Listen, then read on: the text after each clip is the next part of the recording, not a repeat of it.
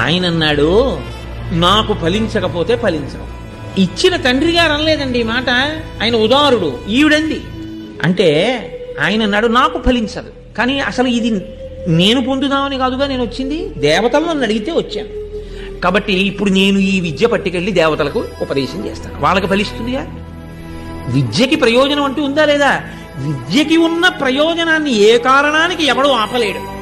నీ ఇంట ఒక్క మంచి పుస్తకం అంటూ ఉంటే నువ్వు చదవకపోవచ్చు, ఏదో ఒకనాడు నీ కొడుకో నీ కోడలో నీ మనవడో నీ కూతురో నీ అల్లుడో చదువుతారు. అలా చదివినటువంటి చదువు ఉత్తినే పోతుందని అనుకోవడానికి వీల్లేదు. ఒక మంచి పుస్తకం చదవడం వల్ల దానిలోంచి పొందినటువంటి జ్ఞానము జీవితంలో ఎప్పుడో అప్పుడు అక్కడికి వచ్చి తీరుతుంది, అది మిమ్మల్ని కాపాడి తీరుతుంది. కాబట్టి నా వలన చదువు నిష్ప్రయోజనం కాదు. నేను పట్టుకెళ్ళి ఆ మంత్రాన్ని దేవతలకు ఉపదేశం చేస్తాను. దేవతలు ఎప్పుడైనా యుద్ధంలో రాక్షసులతో దేవతలు మరణిస్తే ఆ దేవతలు ఈ మంత్రాన్ని ప్రయోగించి మిగిలిన దేవతల్ని బతికించుకుంటారు.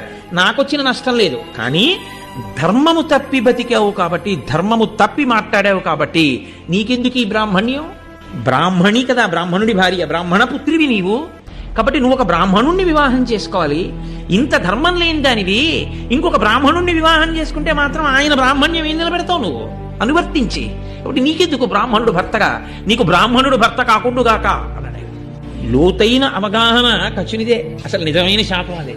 శుక్రాచార్యుల వారి ఏకైక కుమార్తె, భర్త బ్రాహ్మణ తేజస్సు కలిగిన వాడు కాడు. కాబట్టి ఆమెకి బ్రాహ్మణుడు వినా ఇంకొకడు దొరకాలి. బ్రాహ్మణ కన్యని బ్రాహ్మణుడు చేసుకోకుండా ఇతరులు చేసుకుంటే అప్పుడు ఏమైంది? తనకన్నా పైన ఉన్నటువంటి స్త్రీని తీసుకోవడం అయింది. దానివల్ల సంతానపరమైనటువంటి దోషములు వచ్చేటటువంటి అవకాశం ఉంటుంది. కాబట్టి ఇప్పుడు ఇది పెద్ద శాపం.